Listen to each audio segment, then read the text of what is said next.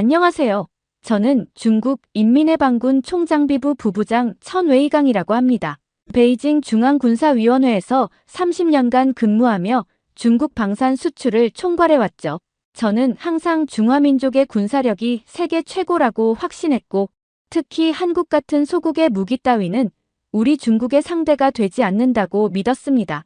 2025년 6월 17일, 그날은 제 인생에서 가장 치욕적인 날로 기억됩니다. 아침 일찍 긴급 소집된 중앙군사위원회 회의실, 대형 스크린에 뜬 뉴스 헤드라인이 저를 경악하게 만들었습니다.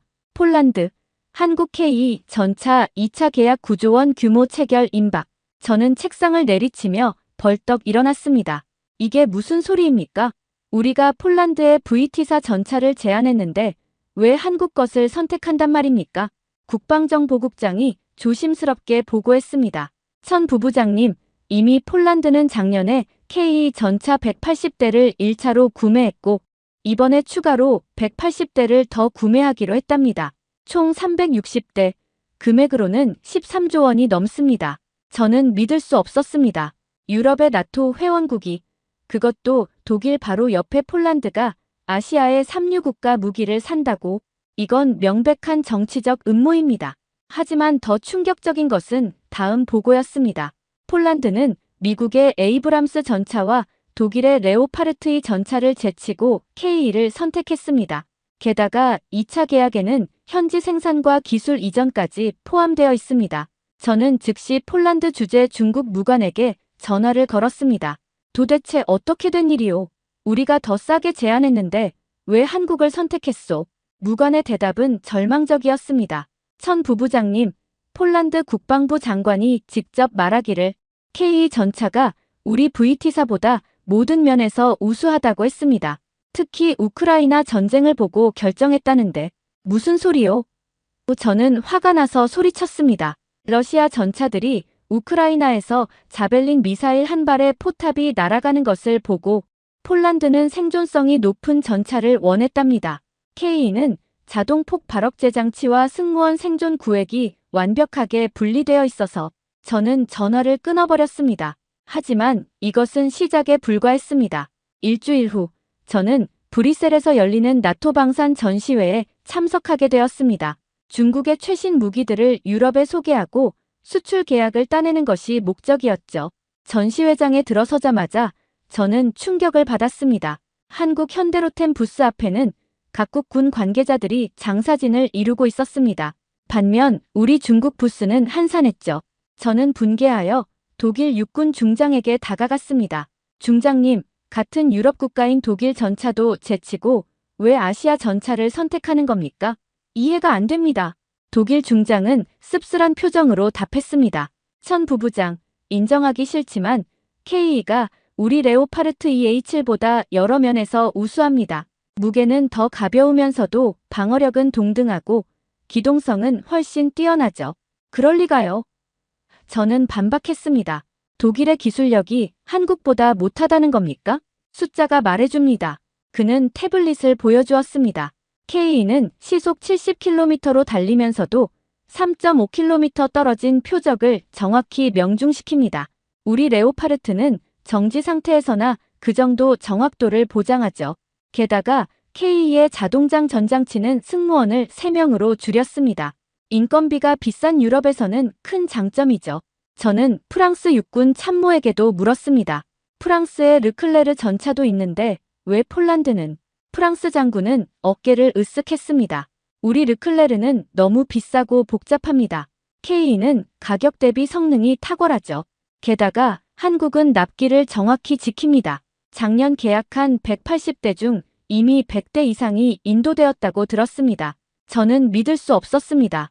유럽의 군사 강국들조차 한국 무기의 우수성을 인정하다니.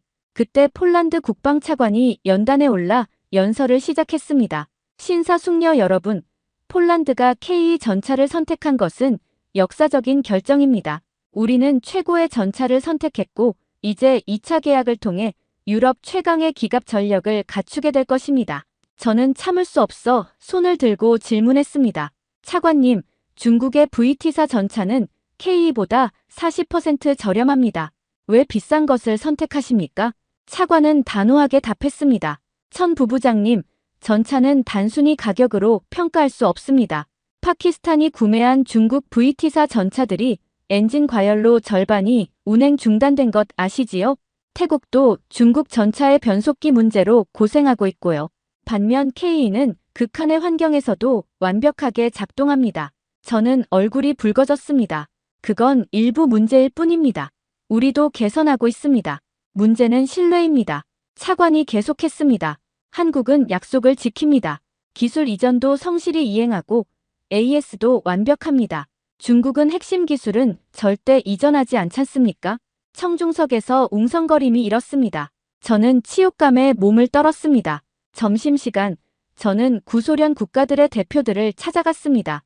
그들이라면 서방 무기보다 중국 무기를 선호할 것이라 생각했죠. 하지만 우크라이나 육군 소장의 말은 충격적이었습니다. 천 부부장, 우리도 K에 관심이 많습니다. 전쟁을 통해 깨달았죠. 승무원 생존성이 가장 중요하다는 것을. K는 탄약고가 승무원 구획과 완전히 분리되어 있어 피격 시에도 승무원이 살 수 있습니다. 우리 VT사도 그런 설계를. 저는 변명하려 했습니다. 아닙니다. 그가 단호히 말했습니다. 우리가 노획한 러시아 전차들을 분석해보니 중국이 러시아에 제공한 부품들이 많더군요. 그리고 그 부품들이 가장 먼저 고장났습니다. 반면 한국 무기는 실전에서 검증되었죠. 이라크와 아프가니스탄에서 K9 자주포가 완벽하게 작동했다고 들었습니다. 저녁 리셉션에서 저는 마지막 희망을 품고 이탈리아 국방장관을 찾아갔습니다. 장관님, 유럽의 자존심은 어디 갔습니까? 아시아 무기에 의존한다는 것이 부끄럽지 않습니까? 이탈리아 장관은 와인을 한 모금 마시고 답했습니다. 부끄러움보다 실리가 중요합니다. 한국의 K9 자주포는 이미 노르웨이, 핀란드, 에스토니아, 터키, 인도, 호주가 선택했습니다. 이탈리아도 검토 중이고요. 왜냐고요? 성능이 뛰어나고 가격이 합리적이기 때문입니다. 하지만 중국 무기는 저는 필사적으로 말했습니다. 솔직히 말씀드리죠. 장관이 제 말을 끊었습니다. 나이지리아에 수출한 중국 자주포가 첫 사격에서 포신이 폭발한 사건 기억하시죠? 그런 일이 유럽에서 일어나면 정치적 자살입니다. 우리는 검증된 무기가 필요합니다. 다음 날 저는 K 전차 시연회에 참석했습니다. 자존심은 상했지만 직접 봐야겠다고 생각했죠. 벨기에 근교의 시험장에서 K 전차는 놀라운 성능을 보여주었습니다. 진흙탕을 시속 60km로 질주하면서도 3km 떨어진 표적을 연속으로 명중시켰습니다. 특히 인상적인 것은 자동 표적 추적 시스템이었습니다. 옆에 서 있던 네덜란드 육군 대령이 감탄했습니다. 놀랍군요. 저 정도 정확도라면 우리 레오파르트 2도 못 따라갑니다. 저는 억지로 반박했습니다. 하지만 실전 경험이 없지 않습니까? 천 부부장님, 노르웨이 육군 준장이 끼어들었습니다. K의 기술은 이미 K9 자주포로 검증되었습니다. 우리 노르웨이군이 K9를 운용한 지 5년이 넘었는데 영하 40도에서도 완벽하게 작동합니다. 중국 무기는 추운 날씨에 약하다고 들었는데요. 저는 할 말을 잃었습니다. 실제로 우리 무기들은 극한 환경 테스트가 부족했죠. 시연이 끝나고 한국 현대로템 대표가 브리핑을 시작했습니다. K 전차는 단순한 무기가 아닙니다. 디지털 기술의 집약체입니다. 전차장용 파노라마 조준경, 포수용 열상 조준경, 그리고 AI 기반 위협 판단 시스템까지. 저는 속으로 비웃었습니다. AI라니 과장이 심하군. 하지만 실제 시연에서 K는 동시에 나타난 여러 표적 중 위협 순위를 자동으로 판단하고 순서대로 제거했습니다. 유럽 장교들이 환호했습니다. 이런 기술이 2차 계약분인 KEPL에는 더욱 개선되어 탑재됩니다. 현대로템 대표가 설명했습니다. 폴란드와 공동 개발하여 나토 표준에 완벽히 부합하도록 했죠. 체코 국방차관이 물었습니다. 생산은 어떻게 됩니까? 1차 계약분 180대는 전량 한국에서 생산하여 납품합니다. 2차 계약분은 절반은 한국에서, 절반은 폴란드 현지에서 생산합니다. 기술 이전을 통해 폴란드도 K 생산 능력을 갖추게 되는 것이죠. 저는 분통이 터졌습니다. 중국은 절대 핵심 기술을 이전하지 않는데 한국은 그렇게 쉽게 넘겨준다니. 쉬는 시간에 저는 스웨덴 육군 소장에게 다가갔습니다. 소장님, 스웨덴도 우수한 CV-90 전투 차량이 있는데 왜 다들 한국 무기에 관심을 갖습니까? 스웨덴 소장은 진지하게 답했습니다. 천 부부장, 한국은 북한이라는 실제 위협 앞에서 70년간 무기를 개발해왔습니다. 그들의 무기는 이론이 아닌 실전을 위한 것이죠. 반면 중국은 마지막 실전이 1979년 베트남 전쟁 아닙니까? 그래도 우리는 세계 2위의 군사대국입니다. 저는 주장했습니다. 양적으로는 그렇죠. 하지만 질적으로는 그가 반문했습니다. 스톡홀름 평화연구소 보고서를 보면 중국 무기 수출의 70%가 파키스탄, 방글라데시, 미얀마 같은 개발도상국입니다. 선진국 시장에서는 거의 지로에 가깝죠. 왜일까요? 저는 대답할 수 없었습니다. 오후 세션에서 루마니아 국방장관이 폭탄 발언을 했습니다. 우리 루마니아도 K 전차 도입을 적극 검토하고 있습니다. 300대 규모로 폴란드의 성공 사례를 보고 결정했죠. 청중석이 술렁였습니다. 저는 벌떡 일어났습니다. 장관님, 중국도 좋은 조건을 제시할 수 있습니다. 루마니아 장관은 고개를 저었습니다. 천 부부장, 우리는 이미 중국 무기를 경험했습니다. 2018년에 도입한 중국제 대공 미사일 시스템, 기억하시죠? 3년 만에 절반이 고장났고 부품 공급도 제대로 안 됐습니다. 반면 한국은 그건 초기 모델의 문제였습니다. 저는 필사적으로 변명했습니다. 문제는 신뢰입니다. 장관이 단호히 말했습니다. 한국은 약속을 지킵니다. 폴란드가 증명했죠. 계약 후 2년 만에 100대 넘게 인도했고 모두 완벽하게 작동합니다. 중국 무기는 납기 지연이 일상이지 않습니까? 저녁 만찬에서 더 충격적인 소식을 들었습니다. 노르웨이 국방장관이 발표한 것입니다. 노르웨이도 K 전차 도입을 공식 검토합니다. 우리의 극한 환경에 가장 적합한 전차라고 판단했습니다. 옆에 있던 핀란드 장군이 덧붙였습니다. 우리도 관심 있습니다. 러시아 국경을 마주한 우리에게는 신뢰할 수 있는 전차가 필요하죠. K는 그 조건을 완벽히 충족합니다. 저는 더 이상 참을 수 없었습니다. 여러분, 이건 공정하지 않습니다. 한국은 미국의 지원을 받아 천 부부장, 영국 육군 중장이 제 말을 끊었습니다. K는 한국이 독자 개발한 전차입니다. 엔진과 변속기까지 국산화했죠. 오히려 우리가 놀랐습니다. 불과 30년 전만 해도 한국은 전차를 만들 수 없었는데 이제는 우리보다 앞서 있으니까요. 스페인 해군 제독도 거들었습니다. 맞습니다. 한국의 조선 기술도 마찬가지죠. 우리 스페인 해군의 신형 호위함도 한국 조선소에서 건조를 검토 중입니다. 품질과 납기, 가격 모든 면에서 경쟁력이 있으니까요. 저는 주먹을 불끈 쥐었습니다. 유럽 전체가 한국 편을 드는 것 같았습니다. 다음 날 아침 더욱 충격적인 뉴스가 전해졌습니다. 한국 현대로템이 전날 폴란드와 2차 계약을 정식으로 체결했다는 것입니다. 9조 원, 단일 방산 계약 사상 최대 규모였습니다. 긴급 소집된 중국 대표단 회의에서 저는 분노를 터뜨렸습니다. 이건 음모입니다. 미국이 한국을 앞세워 우리를 견제하는 것입니다. 하지만 주독일 중국 무관이 보고했습니다. 부부장님, 독일 언론들은 이번 계약을 유럽 방산업계의 지각 변동이라고 보도하고 있습니다. 특히 독일 라인메탈과 프랑스 넥스터가 큰 충격을 받았다고. 그들이 무능한 것이죠. 저는 책임을 전가했습니다. 그때 젊은 분석관이 조심스럽게 말했습니다. 부부장님, 객관적으로 봐야 합니다. K 전차의 기술 사양을 분석해보면 닥치시오. 저는 소리쳤습니다. 당신 같은 패배주의자들 때문에 중국이 무시당하는 것이오. 하지만 그의 다음 말은 저를 얼어붙게 했습니다. 폴란드 국방부가 공개한 자료에 따르면 K 전차는 우리 VT사보다 장갑 관통력이 30% 우수하고 명중률은 40% 높으며 고장률은 80% 낮습니다. 회의장이 조용해졌습니다. 저는 할 말을 잃었죠.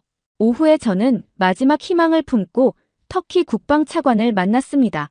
터키는 나토 회원국이지만 독자 노선을 걷고 있었으니까요. 차관님, 터키는 현명한 선택을 하실 거라 믿습니다. 중국과 터키의 전략적 관계를 생각하면 터키 차관은 차를 한 모금 마시고 말했습니다. 천 부부장, 터키는 이미 한국의 K9 자주포를 운용하고 있습니다. 매우 만족스럽죠. 사실 우리도 K 전차에 관심이 있습니다. 터키까지. 저는 경악했습니다. 실용주의적 결정입니다. 한국 무기는 나토 표준과 러시아 표준의 장점을 모두 갖추고 있죠. 게다가 기술 이전에도 적극적입니다. 중국은 돈만 받고 기술은 주지 않잖습니까? 저는 반박하려 했지만 그의 말은 계속되었습니다. 우리가 한국과 공동 개발한 알타이 전차 프로젝트에서 많은 것을 배웠습니다. 한국의 기술력과 성실성을 직접 경험했죠. 반면 중국과의 협력은 글쎄요. 전시회 마지막 날 폐막 연설에서 나토 사무차장이 충격적인 발언을 했습니다. 이번 폴란드의 K 전차 대량 도입은 나토의 방어력 강화에 큰 기여를 할 것입니다. 우리는 한국을 신뢰할 수 있는 방산 파트너로 환영합니다. 청중들이 박수를 쳤습니다. 저는 치욕감에 얼굴이 화끈거렸습니다. 베이징으로 돌아오는 비행기 안에서 저는 계속 생각했습니다. 어떻게 이런 일이 일어날 수 있을까? 불과 50년 전만 해도 폐허였던 한국이 어떻게 우리를 앞지를 수 있단 말인가? 공항에 도착하자마자 저는 중앙군사위원회로 직행했습니다. 긴급 보고를 해야 했죠. 동지들, 상황이 심각합니다. 저는 무거운 목소리로 시작했습니다. 유럽 전체가 한국 무기로 돌아서고 있습니다. 한 장군이 물었습니다. 과장 아니요. 유럽에는 자체 방산 기업들이 있는데. 아닙니다. 저는 프레젠테이션을 시작했습니다. 폴란드 360대, 루마니아 300대 예정, 노르웨이와 핀란드도 도입 검토 중. 이대로 가면 유럽의 절반이 K 전차를 운용하게 됩니다. 말도 안 돼. 다른 장군이 소리쳤습니다. 우리 전차가 더 싸고 화력도 강한데. 저는 씁쓸하게 웃었습니다. 동지, 문제는 그게 아닙니다. 신뢰성, 정비성, 호환성. 한국이 모든 면에서 앞서고 있습니다. 그럼 어떻게 해야 하오? 주석이 물었습니다. 저는 심호흡을 했습니다. 인정하기 싫지만 우리가 배워야 합니다. 한국이 어떻게 했는지, 왜 성공했는지 분석해야 합니다. 회의장이 술렁거렸습니다. 누군가 소리쳤습니다. 천 부부장, 당신 정신이 나갔소? 한국에게 배우자고. 그럼 계속 이렇게 밀릴 것입니까? 저는 반문했습니다. 파키스탄, 방글라데시, 미얀마 이런 나라들에만 무기를 팔면서 군사대국이라고 자위할 것입니까? 격렬한 논쟁이 이어졌습니다. 하지만 결론은 나지 않았죠. 자존심이 현실을 인정하지 못하게 했습니다. 며칠 후 더 충격적인 소식이 전해졌습니다. 호주도 K 전차 도입을 검토한다는 것이었습니다. 이제는 유럽을 넘어 오세아니아까지. 저는 다시 한번 분석 보고서를 작성했습니다. 하지만 이번에는 좀 달랐습니다. 한국 방산의 성공 요인 분석, 실전 경험 북한의 위협 하에서 70년간 실전적 무기 개발, 품질 우선 불량률 제로를 목표로 하는 극도의 품질 관리, 신속한 납기 약속한 기한을 정확히 지키는 신뢰성, 기술 이전 구매국과 기술을 공유하는 열린 자세, 지속적 혁신 끊임없는 연구개발 투자. 하지만 이 보고서를 제출하자 상부의 반응은 차가웠습니다. 천 부부장, 동지가 친한파가 된 것이오. 저는 좌천되었습니다. 총장비부 부부장에서 한직으로 밀려났죠. 하지만 현실은 변하지 않았습니다. 2025년 말 루마니아가 정식으로 K 전차 300대 도입을 발표했습니다. 이어서 노르웨이도 100대 도입을 확정했죠. 저는 은퇴한 군인들이 모이는 찻집에서 옛 동료들을 만났습니다. 다들 한숨만 쉬었죠. 어떻게 이렇게 됐을까? 한 퇴역 장군이 물었습니다. 저는 쓴웃음을 지었습니다. 우리가 너무 자만했소. 중화 사상에 빠져서 현실을 보지 못했지. 그래도 우리는 양적으로는. 또 다른 이가 말했습니다. 양이 뭔 소용이오? 제가 끼어들었습니다. 팔리지 않는 무기를 아무리 많이 만들어봐야 한국은 수출로 돈을 벌어 더 좋은 무기를 개발하고 우리는 재고만 쌓이고 있어. 2026년 초 폴란드에서 K 전차 실전 훈련 영상이 공개되었습니다. 유럽 언론들은 게임 체인저라고 극찬했죠. 저는 그 영상을 보며 인정할 수밖에 없었습니다. K는 정말 뛰어난 전차였습니다. 우리 VT사와는 차원이 달랐죠. 그러던 어느 날 저는 뜻밖의 전화를 받았습니다. 중앙군사위원회에서 다시 저를 부른 것입니다. 천동지, 당신이 옳았소. 주석이 말했습니다. 이제 우리도 변해야 할 때요. 한국을 벤치마킹해서라도 우리 방산을 혁신해야 하오. 저는 감격했습니다. 늦었지만 이제라도 인정한 것이죠. 하지만 시장은 기다려주지 않았습니다. 2026년 중반 사우디아라비아마저 KE 전차에 관심을 보였습니다. 중동의 부국들도 이제 한국 무기를 선택하기 시작한 것입니다. 저는 새로운 임무를 받았습니다. 중국 방산혁신 TF 팀장이었죠. 첫 회의에서 저는 솔직하게 말했습니다. 동지들, 자존심은 버립시다. 한국이 우리보다 앞선 것은 사실입니다. 인정하고 배워야 합니다. 젊은 엔지니어들은 동의했지만 나이 든 간부들은 여전히 저항했습니다. 중화민족이 한국에게 배운다는 것은 그런 자존심이 우리를 망쳤습니다. 저는 단호히 말했습니다. 일본도 메이지 유신 때 서양을 배웠고 한국도 60년대에 일본을 배웠습니다. 이제 우리 차례입니다. 하지만 중국의 변화는 너무 느렸습니다. 관료주의와 자만심이 발목을 잡았죠. 2027년 폴란드가 KE 전차를 앞세워 나토 합동훈련에서 최우수 성적을 거뒀다는 뉴스가 나왔습니다. 독일과 프랑스를 제치고 말이죠. 저는 보고서에 썼습니다. KE 전차의 폴란드 수출은 단순한 무기 거래가 아니다. 이는 세계 방산 판도의 대전환을 의미한다. 아시아의 작은 나라가 유럽의 군사 강국들을 제치고 최고의 전차를 만들어낸 것이다. 하지만 당 기관지는 여전히 일시적 현상, 정치적 거래 같은 표현으로 현실을 호도했습니다. 저는 은퇴를 결심했습니다. 더 이상 거짓을 말하고 싶지 않았죠. 은퇴식에서 저는 마지막으로 이렇게 말했습니다. 동지들, 한국을 무시하지 마십시오. 그들은 작지만 강합니다. 배고픔과 전쟁의 상처를 기억하고 끊임없이 혁신합니다. 우리가 5천년 역사를 자랑하는 동안 그들은 미래를 준비했습니다. 하지만 박수는 없었습니다. 다들 불편한 진실을 듣고 싶어 하지 않았죠. 집으로 돌아온 저는 손자에게 말했습니다. 얘야, 세상은 넓다. 중국이 전부가 아니란다. 한국이라는 나라를 보렴. 작지만 강한 나라, 겸손하지만 혁신적인 나라. 우리가 배워야 할 나라란다. 손자가 물었습니다. 할아버지, 한국이 정말 그렇게 대단해요? 저는 창밖을 바라보며 대답했습니다. 그래, KE 전차가 증명했단다. 기술과 신뢰, 그리고 혁신이 얼마나 중요한지를. 할아버지는 너무 늦게 깨달았지만 너희 세대는 다르길 바란다. 감사합니다. 두 번째 사연 바로 시작하겠습니다. 안녕하세요. 장웨이입니다. 저는 중국에서 태어나 자라면서 어릴 적부터 온갖 중국 우월 사상을 주입받았습니다. 주변 사람들에게는 종종 저를 독특하다고 평가한다는 말을 들어왔지만 제 입장에서는 늘 당연한 진실만 말해온 것뿐이었습니다. 그래서인지 저는 자라면서 한국이라는 나라가 도무지 이해가 되지 않았습니다. 분명히 중국 밑에서 시작된 작은 나라임에도 불구하고 최근 몇 년간 뉴스나 인터넷을 보면 한국이 스스로를 마치 대단한 선진국처럼 떠받드는 모습이 눈에 거슬렸습니다. 어릴 때 학교에서 배운 내용도 있고 가정교육에서도 중국은 언제나 대국이고 한국은 그저 중국 역사를 따라하는 속국이라고 배웠습니다. 그런데 요즘은 아무래도 인터넷이 발달하다 보니 사람들은 제게 자꾸만 한국이 문화와 경제 발전을 이룬 근사한 나라라고 말합니다. 저는 듣기만 해도 우습게 느껴졌습니다.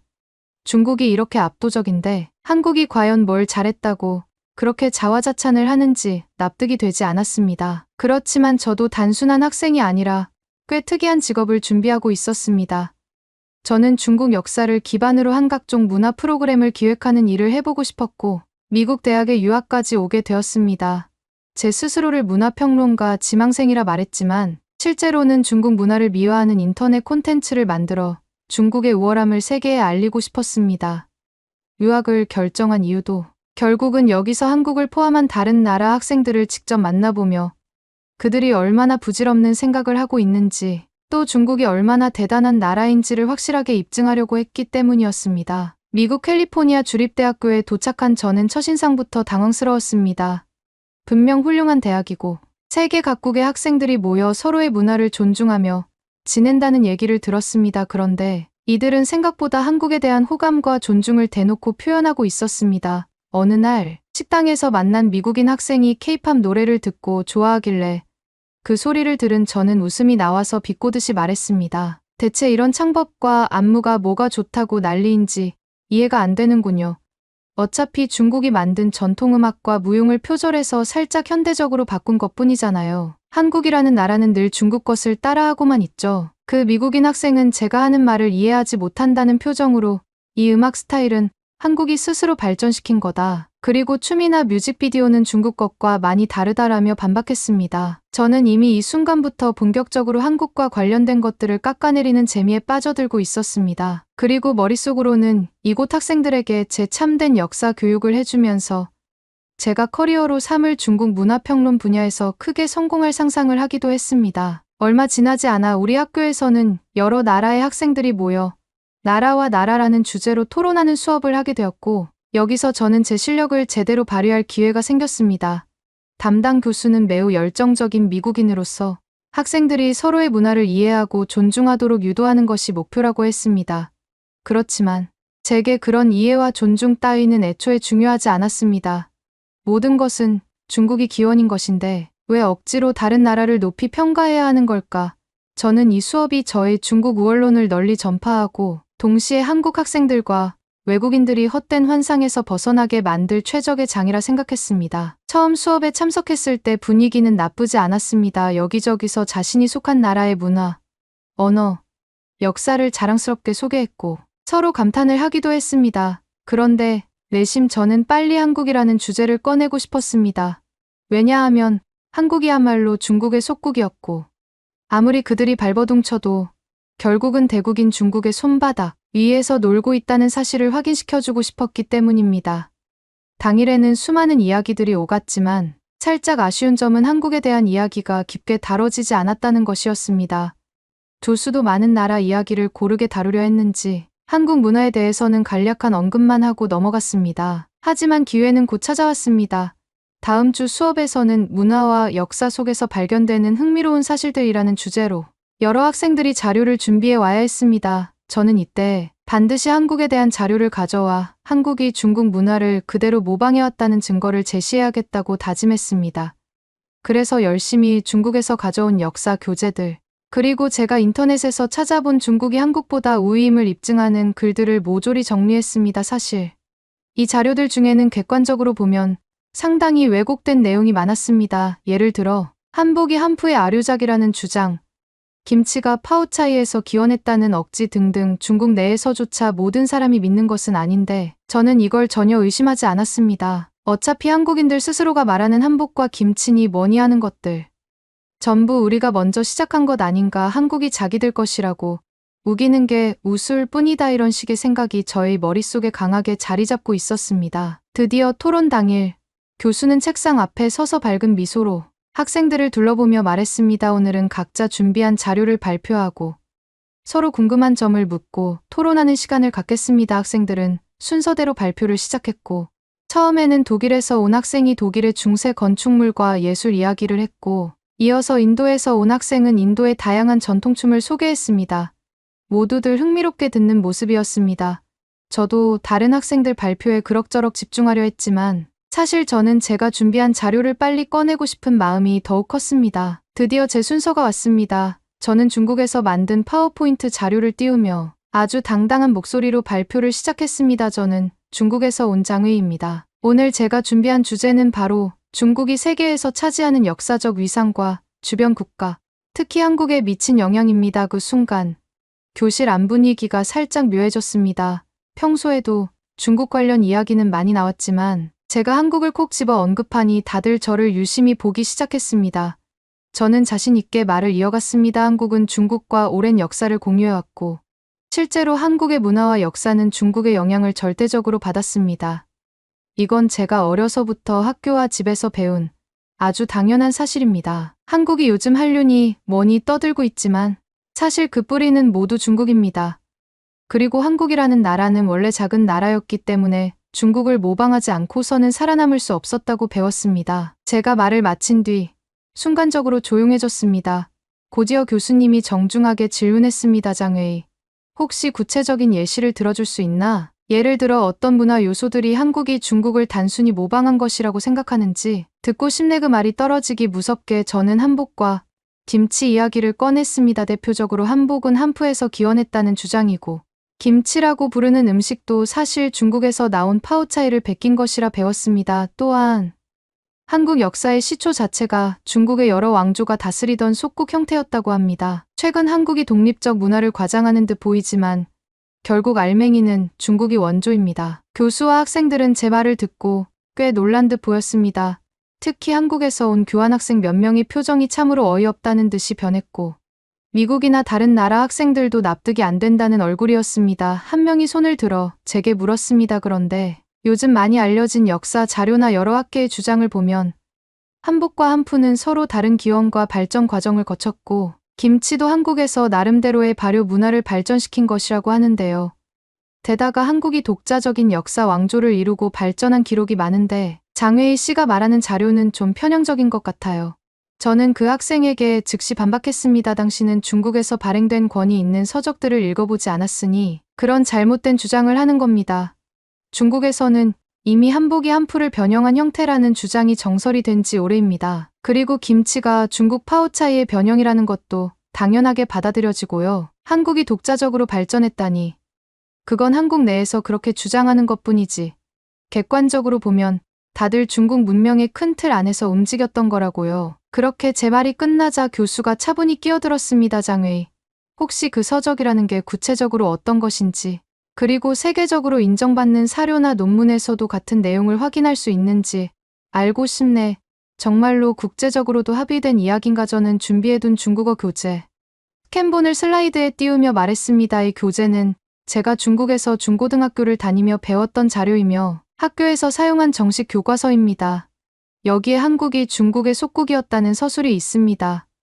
국제적으로 어떤 평가를 하든 중국에서 이렇게 배우니 저는 이걸 믿고 있습니다. 강의실이 다시금 조용해졌고, 저는 그 조용함을 마치 저의 주장이 일리 있다고 인정하는 침묵이라 착각했습니다. 사실 사람들은 저의 편협한 시선에 당황하고 있었던 것입니다. 그런데 저는 제가 이겼다며 은근히 미소를 지었습니다.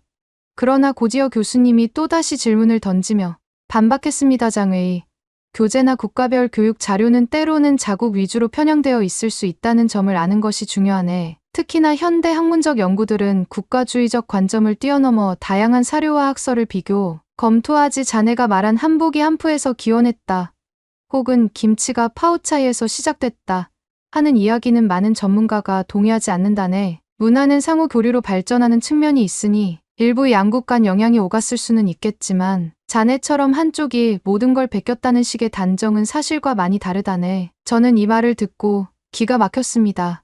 제게는 중국 교과서만큼 권위적인 자료는 없었고 제가 아는 지식은 그게 전부였으니까요. 그래서 좀 더 공격적으로 나갔습니다. 교수님, 한국은 그저 대국인 중국을 흉내내며 세계에 진출하려고 애쓰는 나라입니다. 한류라 불리는 음악과 드라마도 사실 중국의 고대 극에서 파생된 것이라고 배웠어요.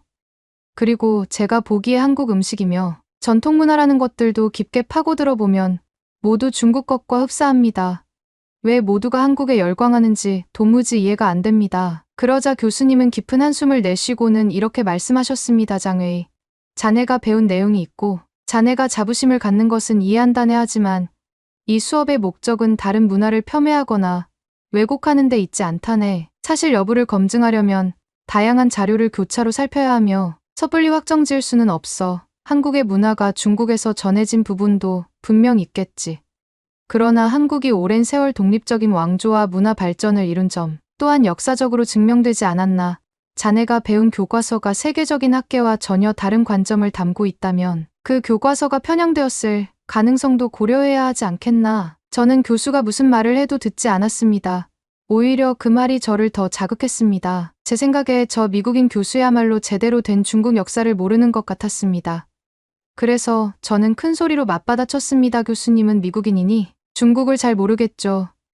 저 또한 한국 사람들이나 외국 사람들이 실제로 뭘 믿든 상관이 없습니다. 어차피 한국이라는 나라는 중국 밑에서나 존재감을 겨우 유지하던 속국이었고 그 근본이 지금도 달라진 건 없어요.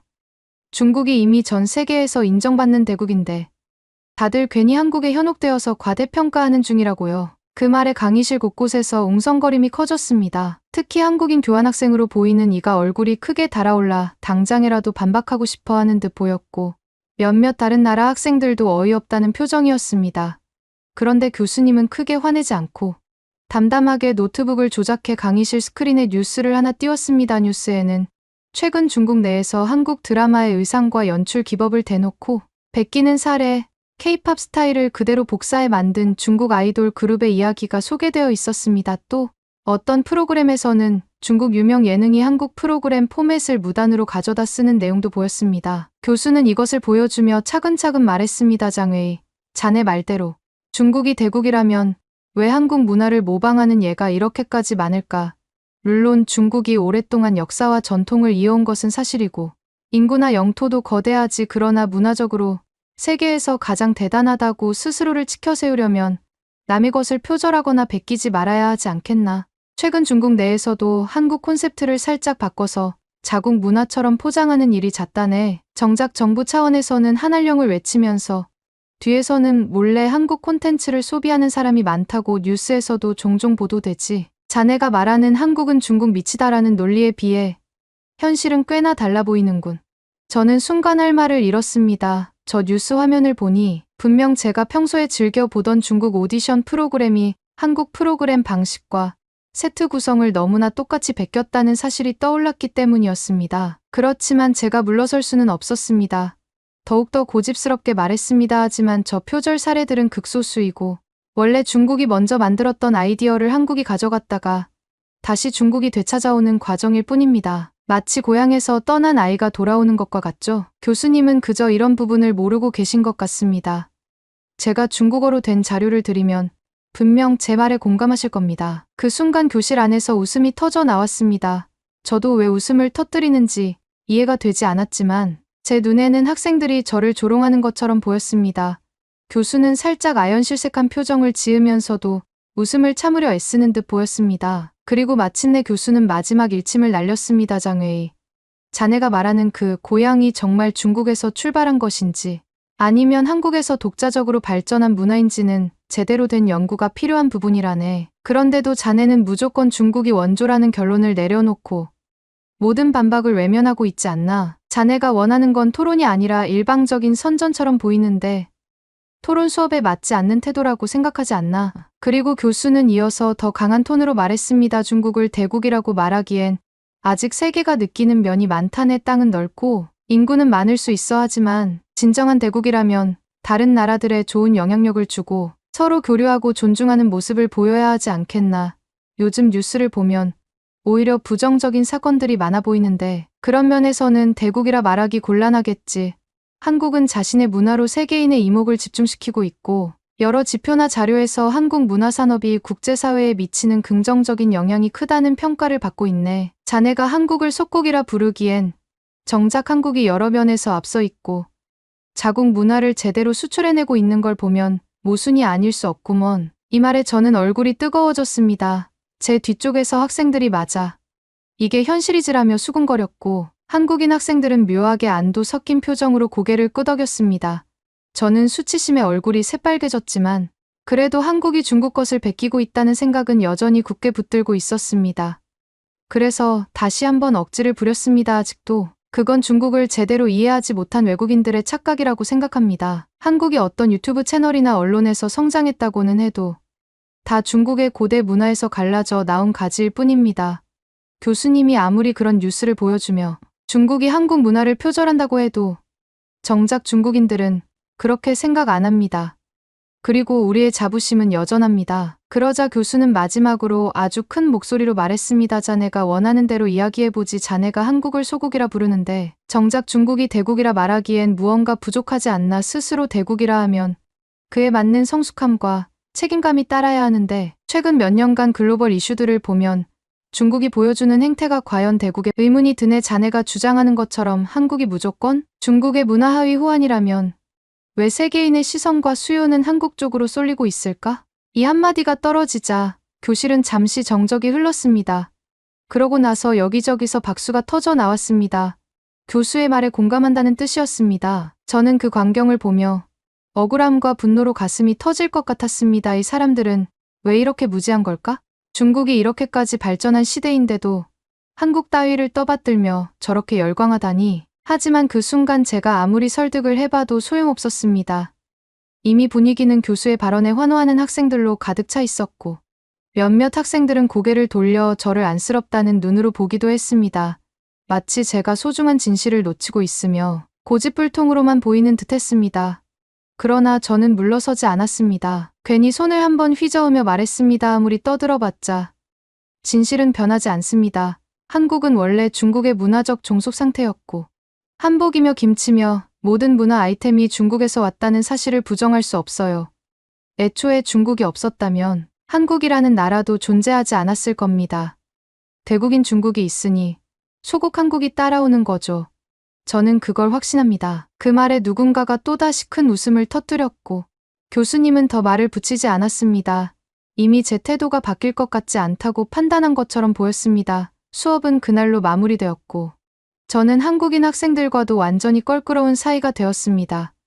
그들은 제게 중국에서 온 어떤 특정 학생 정도로만 여기며 직접 말도 잘 걸지 않았습니다. 하지만 저는 그게 전혀 불편하지 않았습니다.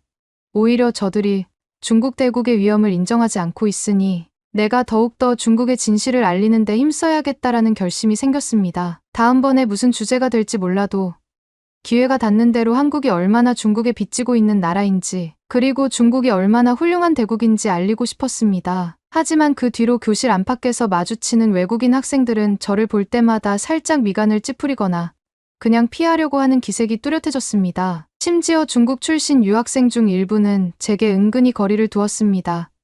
그들은 저처럼 극단적인 중국 우월론을 펼치지 않았고, 오히려 한국도 훌륭한 문화를 가졌다라며 균형 잡힌 시각을 갖고 있었습니다.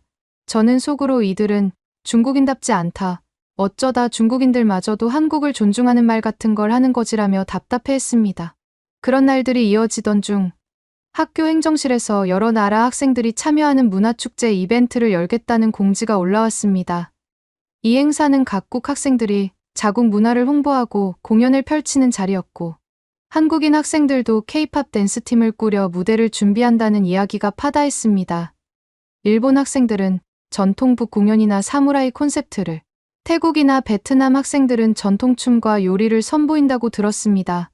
당연히 중국도 참여 의사를 밝혔고, 굉장히 화려한 전통 무대 의상과 춤을 보여줄 예정이었습니다. 저는 이 행사가 또 하나의 기회라고 생각했습니다. 그래, 이번에야말로 한국 무대가 얼마나 중국 문화를 훔쳐 만든 것인지 직접 비교하면 다들 알게 되겠지라는 마음이 들었습니다. 마침 저는 문화평론가 지망생이라는 직업 목표를 내세우며 중국팀 기획에 적극적으로 참여했습니다.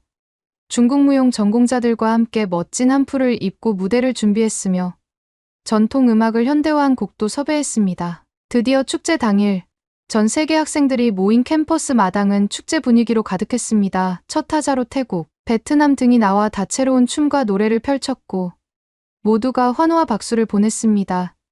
일본의 북 공연도 장관이었습니다. 그리고 이어진 중국팀의 무대 역시 뜨거운 관심을 받았습니다. 화려한 의상과 커다란 소품들을 사용해 웅장한 느낌을 주었고, 중국 학생들은 전통춤을 잘 소화해냈습니다. 저는 무대 뒤에서 그 광경을 지켜보며 제 생각을 더욱 확신했습니다. 봐라, 이 정도로 화려하고 규모가 크니 당연히 대국의 기상이 느껴질 수밖에 없지. 그리고 이 중 누군가는 우리는 한프 의상을 봐도 알 수 있듯이 다른 나라 전통 의상보다 훨씬 우아하고 역사가 깊다고라며 해설을 곁들였습니다. 그리고 마침내 한국팀 차례가 되었습니다. 솔직히 저는 속으로 비웃고 있었습니다. 뭐, 얼마나 대단한 무대를 준비했을까? 어차피 K-팝 춤이니 드라마 패러디니 하는 거겠지. 중국 무대와 비교조차 안 될 것이다 하고 생각했습니다. 그런데 한국팀이 무대로 오르자 오히려 무대 장치는 단출했습니다. 큰 세트도 없고 소품도 그리 화려하지 않았습니다. 그런데 무용복은 현대적으로 각색된 한복 스타일이었고, 음악은 한국 전통 장단과 현대 힙합 비트를 섞어 만든 독특한 곡이었습니다. 처음에는 약간 생소했지만 이내 사람들은 그 신선함에 매료된 듯했습니다. 한국팀은 전통과 현대를 융합시켜 노래와 춤 그리고 뮤지컬 같은 연기를 펼쳤습니다. 무대가 진행될수록 관객들의 환호가 점점 커졌습니다. 어느 순간에는 마치 K-팝 콘서트장에 온 듯한 뜨거운 분위기가 형성되었습니다. 특히 한국어와 영어를 적절히 섞은 노래 부분에서는 관객들이 따라 부르기도 했습니다. 더 놀라운 건 한국에서 온 학생들뿐만 아니라 다른 나라 학생들도 함께 무대에 올라 협연하는 장면이 있었다는 것입니다. 그들은 간단한 한국어 가사까지 준비해 함께 불렀고, 이를 본 관객들은 감동한 듯 아낌없는 박수를 보냈습니다. 저는 그런 광경을 보고 충격받았습니다. 어째서 이렇게 많은 사람들이 한국 문화를 좋아하는 거지? 하고 말입니다. 역시 제 판단이 맞았다고 여기고 싶어서 저는 속으로 이렇게 변명했습니다. 저건 사실 중국의 전통음악이랑 춤을 섞은 거야. 한국인들이 베껴간 거라고. 실제로 음악 어딘가에 중국 전통 리듬과 비슷한 부분이 있었는데 저는 그걸 물고 늘어졌습니다. 틀림없이 한국이 중국 것을 또 모방해서 뒤섞어 놓았겠지. 하지만 다른 사람들은 그걸 알아채지 못하는 거야. 하고 말입니다. 그런데 공연이 끝난 뒤 중국 학생들마저 한국팀 무대가 정말 대단했다라며 찬사를 보내는 걸 들었을 때 저는 엄청난 배신감을 느꼈습니다. 왜 같은 중국 학생들이 한국 무대를 칭찬하고 있지? 우리가 더 크고 화려한 무대를 했는데 왜 한국팀 무대가 더 멋지다는 얘기를 하지 하고 속이 부글부글 끓었습니다. 그런데 축제를 지켜보던 다른 나라 학생들과 교수들도 한국팀에게는 문화 융합의 진수라며 극찬을 보냈습니다. 결국 마무리 시간에 담당 교수는 무대 참가 팀들에게 간단한 피드백을 줬습니다. 중국 팀에게는 아주 전통미가 돋보이고 규모도 커서 좋았다 하지만 조금은 일방적인 퍼레이드 느낌이었다라며 아쉬움을 조심스레 언급했습니다. 반면 한국팀에는 역사를 현대적으로 재해석하고 다른 나라 학생들과 협연하여 진정한 융합 문화를 보여줬다라며 찬사를 보냈습니다. 저는 그때부터 교수의 말에 불만이 가득했습니다. 역시나 이 교수는 편향되어 있어 한국 편만 드는구나라며 저는 의도적으로 목소리를 높여 대꾸했습니다. 교수님, 한국팀 무대가 아무리 융합을 했다 해도 결국 근본은 중국의 영향을 빼놓을 수 없는 거 아닙니까? 한복도 한푸와 구분이 잘 안 될 정도로 비슷하고 음악 역시 중국의 전통적인 음계를 변형한 걸로 들렸어요. 왜 다들 이걸 한국만의 독창성이라고 착각하죠? 그러자 주변에 서 있던 다른 중국인 유학생 중 한 명이 저에게 작게 속삭이듯 말했습니다. 장웨이, 한국 한복은 실루엣과 디자인 면에서 한푸와 큰 차이가 있어. 그리고 한국 고유의 전통음악 체계가 있지 않아. 그걸 무조건 중국 것이라고 하기엔 무리가 많아. 우리도 너무 극단적으로 말하진 말자. 저는 그 말을 듣고는 냉소적으로 비웃었습니다. 너야말로 중국인답지 않군. 중국 문화의 위대함을 인정하지 않는 거야. 그 학생은 저를 이해할 수 없다는 표정으로 돌아섰습니다. 주위에서는 두세 명 정도가 제가 하는 말을 듣고 비웃었고 저는 점점 분노가 치밀었습니다. 대체 왜 내 말이 통하지 않는 거지? 어떻게 모두가 이렇게 어리석을 수가 있을까? 저는 또다시 왜곡된 우월감에 사로잡혀 모두를 무시했습니다. 며칠 후 앞서 말한 토론 수업에서 다시금 문화재와 지식재산권이라는 주제로 이야기가 오갔습니다. 여기서 또다시 한국 이야기가 자연스레 언급되었습니다. 한 학생이 한국의 전통문화 보존과 한복의 세계화 노력에 대해 사례를 제시했는데 저는 물론 참지 않고 끼어들었습니다. 그렇게 한복을 자꾸 세계에 알리려는 것도 결국 중국 한푸의 아류작인 주제에 무슨 자신감으로 국제사회를 도는지 이해가 안 갑니다. 이건 명백히 중국 문화를 한국이 훔쳐갔다고 생각합니다. 그러자 그 학생은 고개를 저으며 말했습니다. 장웨이, 한복과 한푸는 전체적인 형식에서 확연한 차이가 있고 역사적으로 확인된 자료도 많아. 한복은 한국 왕조 시대에 맞춰 발전해왔고 현재 세계인이 알고 있는 패턴과 디자인이 확립된 것은 조선 왕조 시기야. 이는 중국과 별개로 발전된 문화야. 물론 양국이 서로 영향을 주고받은 적은 있지만 자네처럼 완전히 한국이 훔쳤다고 단정하는 것은 잘못된 결론이야. 저는 이를 악물고 다시 고집을 부렸습니다. 음악이며 의상이며 전통 행사며 전부 중국에서 먼저 존재했던 것들이다. 한국이 스스로 발전시켰다고 우기는 건 요즘 그들의 자기과시일 뿐이죠. 그때 교수님이 나지막이 한숨을 내쉬며 말했습니다. 장웨이, 그간 수업을 함께 해보니 자네는 상대의 주장을 들으려 하지 않는 것 같네. 토론은 서로의 관점을 듣고 근거를 비교하는 과정인데 자네는 이미 결론을 정해두고 다른 목소리를 부정만 하고 있지 않나. 저는 교수에게 이렇게 대꾸했습니다. 왜 제가 결론을 정해놓았다고 하십니까? 그냥 사실을 그대로 말할 뿐입니다. 교수님이 오히려 중국 역사를 제대로 알지 못하니 저를 이해 못하는 거죠. 제가 보기에 한국의 문화가 이렇게까지 띄워지는 건 미국처럼 잘 사는 국가들이 한국 문화를 오락용으로 소비하기 때문이지. 진짜 역사적 진실과는 거리가 멉니다. 순간 교실 안공기는 더욱 무거워졌습니다.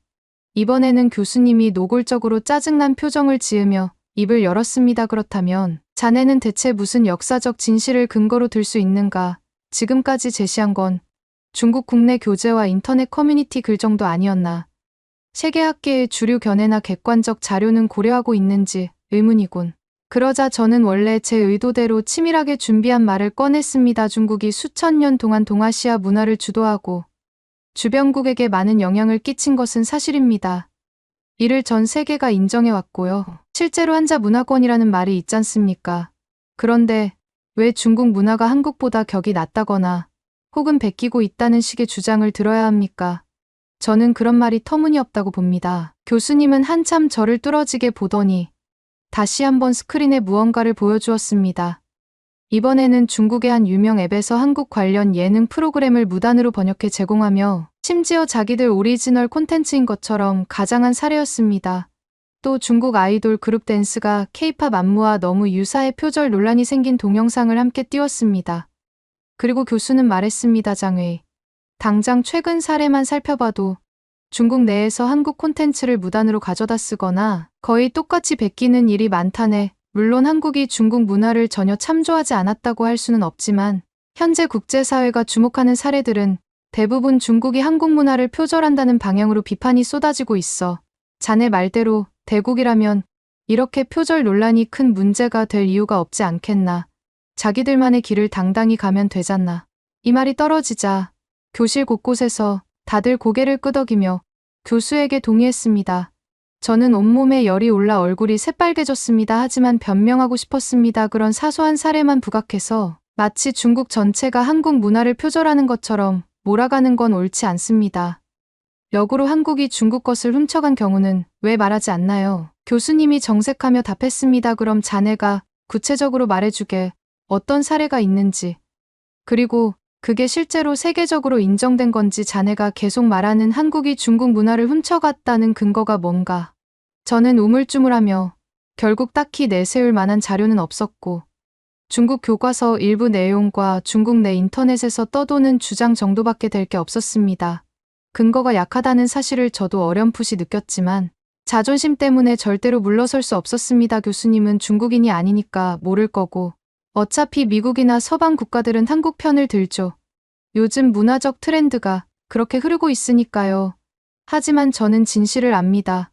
한국의 모든 문화는 중국에서 비롯된 것입니다. 교수님은 헛웃음을 짓듯 고개를 절레절레 흔들었습니다. 그리고 강한 어조로 최종 발언을 하셨습니다. 자네가 그렇게 주장한다면 더 이상 대화가 될 것 같지 않군. 자네가 원하는 대로 중국을 대국이라 칭해줄 수 있네.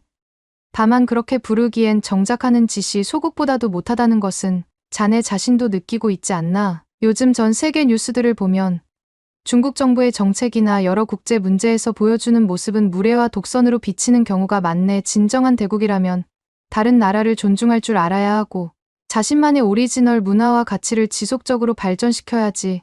다른 나라는 전부 우리 것을 훔쳐갔다며 억지 부리거나 우리가 무조건 원조다 식으로 떠드는 건 오히려 자기가 가진 가치를 스스로 깎아먹는 결과를 낳는다네. 자네가 한국을 폄하하는 발언을 하고 한복이나 김치를 중국 것이라고 주장해봤자 결국에는 스스로 무지함을 드러내는 꼴밖에 되지 않는 거야. 교수의 이 마지막 말에 한국인 학생들을 비롯해 교실 안 여러 외국 학생들이 우레같은 박수를 쳤습니다. 저는 그 소리를 들으며 숨이 막히는 기분이었습니다. 그들은 제게 시선을 고정한 채 당신이 틀렸다라는 눈빛을 보내고 있었습니다. 저는 억울함과 수치심에 몸이 떨렸지만 끝까지 제 주장을 굽히지 않았습니다. 속으로는 너희들이 다 틀린 거야. 중국이 얼마나 위대한 나라인데 이렇게 무지해서야라고 되뇌었습니다. 결국 저는 더 할 말이 없어 입을 다물었고 수업은 그렇게 마무리되었습니다. 그 일이 있고 난 뒤부터 학교 내 분위기는 제게 더욱 차가워졌습니다. 저를 찾는 이도 없고 그냥 다들 저를 피했습니다. 차라리 한국인 학생들은 저와 대화를 시도라도 하려 했지만 저는 그들 눈빛이 불쾌해서 딱히 반응해주지 않았습니다. 이미 저는 한국은 속국이라는 확고한 관념을 가진 사람이었고 달리 말할 생각이 없었습니다. 제가 굳이 사과하거나 제 의견을 철회할 이유도 느끼지 못했습니다. 하지만 속으로는 살짝 억울했습니다. 왜 미국 교수는 한국 문화를 그렇게 높게 평가하며 내가 말하는 중국 우월론을 대놓고 무시하는 걸까? 대체 뭐가 문제일까? 어째서 이들은 중국이 최고의 문화 국가라는 걸 받아들이지 못할까? 저는 이 의문을 품은 채 여전히 중국의 교과서와 인터넷 자료만 뒤적였습니다. 제가 보고 싶은 내용만 찾아보면서 역시나 내가 옳다며 자기 확신을 이어갔습니다. 그러다 어느 날 그 수업에서 교수님이 저를 불러세우더니 마지막으로 한마디를 건넸습니다. 장웨이. 자네가 중국에 대한 자부심이 큰 건 존중한다네. 하지만 미래의 문화평론가나 콘텐츠 기획자로 성장하고 싶다면 더 넓은 시야가 필요해. 무조건 본인이 배운 교재만을 절대적 진리로 믿기보다는 실제 해외 학계나 역사 자료를 비교해보게. 그리고 무엇보다 다른 나라를 존중하지 않으면 자네가 원하는 중국 문화의 위대함을 전 세계에 알리기는 어려울 거야. 그 말이 귀에 거슬려서 저는 콧방귀를 뀌며 무시했습니다. 감나라배 나라하는군요. 무슨 권리로 날 가르치려 드는지 하고 말입니다. 어차피 그 교수도 그리고 이 학교 학생들도 저와 생각이 다를 뿐 언젠가 세계가 진실을 알게 될 거라고 저는 믿습니다. 한국이 자꾸 한복이며 김치며 케이팝이며 영화, 드라마까지 전 세계를 휩쓸고 있어도 결국 그 뿌리는 중국이라는 것을 언젠가는 사람들이 깨닫겠지요. 아직 세계가 충분히 개발되지 않았을 뿐이라는 게 제 생각입니다. 제가 중국에 돌아가 제대로 된 콘텐츠를 만들면 모든 게 달라질 거라 확신합니다. 교수의 말이 인터넷에 퍼지면서 외국인들이 참교육이라며 호응했다는 소문을 들었지만 저는 개의치 않았습니다. 오히려 그들이 무지한 데서 비롯된 환호라고 여겼습니다. 대국인 중국의 가치를 아직 알지 못하는 어린아이와 같은 상태일 뿐이야 라고 스스로 합리화했습니다. 저는 오늘도 제 확고한 신념을 지키고 있습니다. 언젠가 중국이 한국을 비롯한 다른 모든 나라 위에 군림하게 될 순간이 올 거라고 믿습니다. 한국은 그저 저희 눈에 여전히 작은 소국일 뿐이고 모든 면에서 중국에 빚지고 있다고 생각합니다. 미국 교수나 한국인 학생들이 아무리 저를 비웃고 그들이 한국 문화를 치켜세우며 환호를 해도 상관없습니다. 진실은 제가 가지고 있다고 확신합니다. 중국은 대국, 한국은 속국. 전 이 사실을 절대 굽히지 않을 겁니다. 감사합니다.